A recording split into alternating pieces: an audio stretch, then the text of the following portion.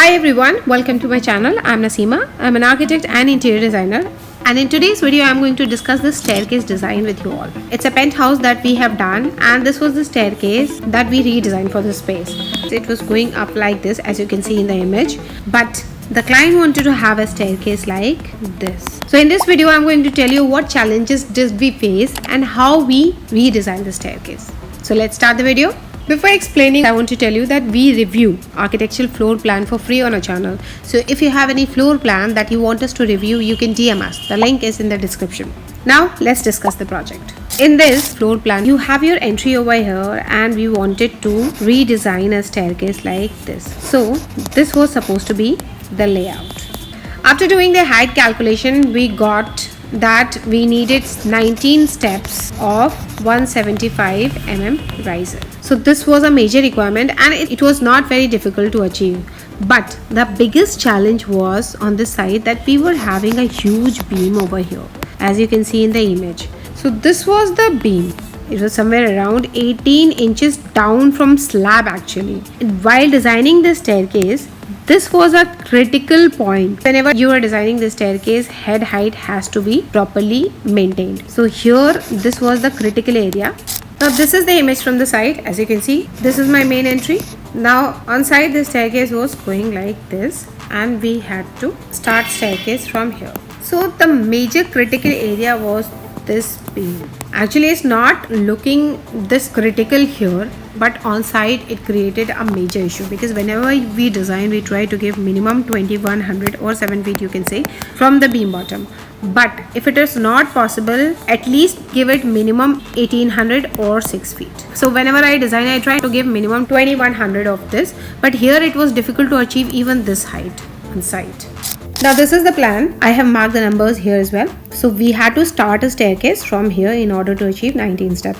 First, starting the staircase right at the door edge is not a good idea. Secondly, this is the beam on side. Now what is happening? After reaching this point, there was head height issue. It was very critical point that we had to take care of. Let's see in the section now. If we start a staircase from here, what are we getting? At the beam bottom, we are getting 2000 here, and here we are getting 1800. So this is also one critical height, and this is 1655 mm, which is not good. So this area was very critical at the stage of designing. So what we did, we actually shifted this first step here like this and created one platform, so that our staircase doesn't start at the edge of the door. It doesn't look like that. And after that, we created our steps, and because we have removed one step from here, what we did, we added a winder over here. See, adding a winder is not a good solution. Unless it's necessary, don't do that. Don't add a winder. But here, there was a head height issue, so we had to add a winder over here. Now let's see in the section.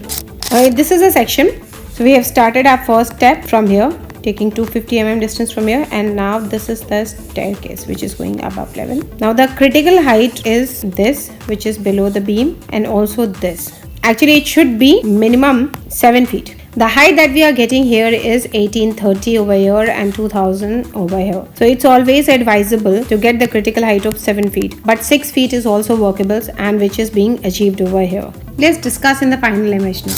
This is the final image from the side. We have used this structural member at the center, and the tread was placed like this. We have used pine wood on the tread, and the riser was like this. This was 175 mm, as I've told you earlier. And every alternate tread, we actually lit it like this, as you can see. This was a platform that we created. We actually did the granite at the borders and wooden planks like this. Why granite at the edge? Because tiles are likely to break at the edges like this, because this is raised 175 mm from the floor. So if we place tile over here, then it's not going to give a finished look. So we have used granite over here, and this was the cabinet. The seating was supposed to be like this, but it was added later on. So that is why this issue has been arised. So that's how the staircase came together. A blend of functionality and design, but still very budget friendly. We chose metal structure with wooden tread because it's durable, cost effective, and it adds warm contrast against the raw finishes. The glass railing was very intentional choice, since the beam here was quite deep. Using any heavier material would have made it look bulky. But with glass, it made it look light, modern, and open. One of the trickiest part was resolving the head height issue. The clients were okay with keeping it just minimum, but as designer, we need to think beyond that. Another detail I love is the textured paint on the main wall. It's cost effective, but when the light falls on it, it completely transforms, adding depth, character, and subtle drama to the space. And of course, our little platform at the base isn't just structural, turned into a cozy drop-off point where kids can play, scatter their toys, or just hang around. It's just these small, thoughtful touches that makes a home more personal.